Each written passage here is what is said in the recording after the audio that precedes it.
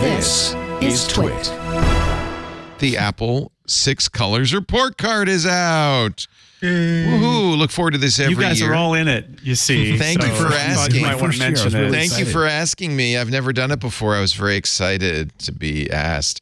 And then I saw that everybody wrote like 1,000 words on every question. So I know mine was really short. I was like, wow, that was a lot of verbosity. Bless you for following the instructions where I very clearly say to everybody, you don't need to write a lot. Yeah. Because I don't want to post a lot. I looked at the long responses and I thought, oh my God, wow, someone's been a lot of time. Good. I don't feel so bad then. I thought, well, they're all professional writers, and I just mine was short. Yeah, I cut stuff out too, but still, it's people are writing. Like, people here's 25,000 words. It's a lot of words in there. Here's Leo Laporte wrote. Okay, that's a paragraph. Here's some other people. I won't name names. John Gruber was a little. John Syracusa and who I'd expect that from Syracusa because he writes 18,000 word reviews. Used to write 18,000 word reviews. Christina Warren. Christina's a lot. Yeah, the writers go on and on.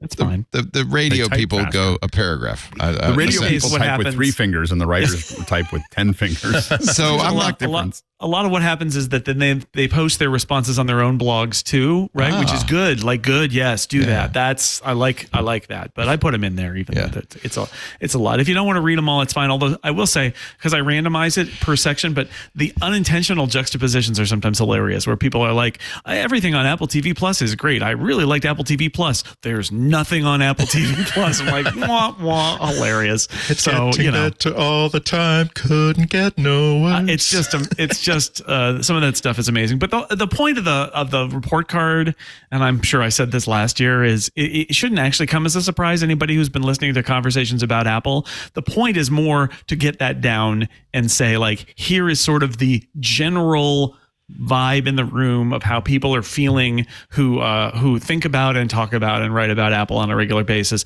how Apple is doing in the last year, and then comparing it to previous years as well. Exactly. And then everybody gets their own say in the article to say whatever they want. And you can see there's in a lot of categories a real diversity of opinion, where some people think this is great and there's no problems, and somebody else says it's terrible and it's never been worse. And it's that's one of the things that makes it so valuable, is that you've been doing this for years and years and years, but also you hit up the same people. You add people to the list, but it's usually the same bulk of people. See, the same point of view, the same rules, the same expectations, filtered year after year after year after year. It's a very interesting thing to track. So what is it's many pages of content. So many pages. I noticed that the iPad got a D. I mean, not doing well. Not doing well. The big movers. There's a chart about like the change since last year. The big movers, Apple Watch and wearables actually were down the most, almost 1 point out of, and this is on a 1 to 5 scale that I asked people to rate on. And then iPad, Apple TV down about 0.5 point, and services down about 0.5 point. So those are the ones that moved down. Mac was static, and then some of the other categories. iPhone was up a tick, not a lot. iPhone, HomeKit, hardware and software, developer relations was actually up a little bit, which is surprising given how much we talk about this issue. There's pros and cons, and they're sort of environmental, social. Is Apple leaving the world a better place? Actually, they got some credit for the carbon neutral products, I think, is really what pushed them up a little bit there on their average score. Okay. You must read it. Because there's a lot here, and I think it's a good. Or skim it. I mean, even if you just read the section just heads, look for my name. Just look for my name. Search for our names. You see the trends. You can see like the iPad had kind of was doing really well and has trended way down. The iPad had the lowest score in the entire survey, 2.4 out of 5. That's a bad grade. It's not quite an F, but it's real close. Yeah. And so interesting to see the places where like Mac and iPhone are riding high. That's the truth of it. Hardware reliability is perceived to be extremely high.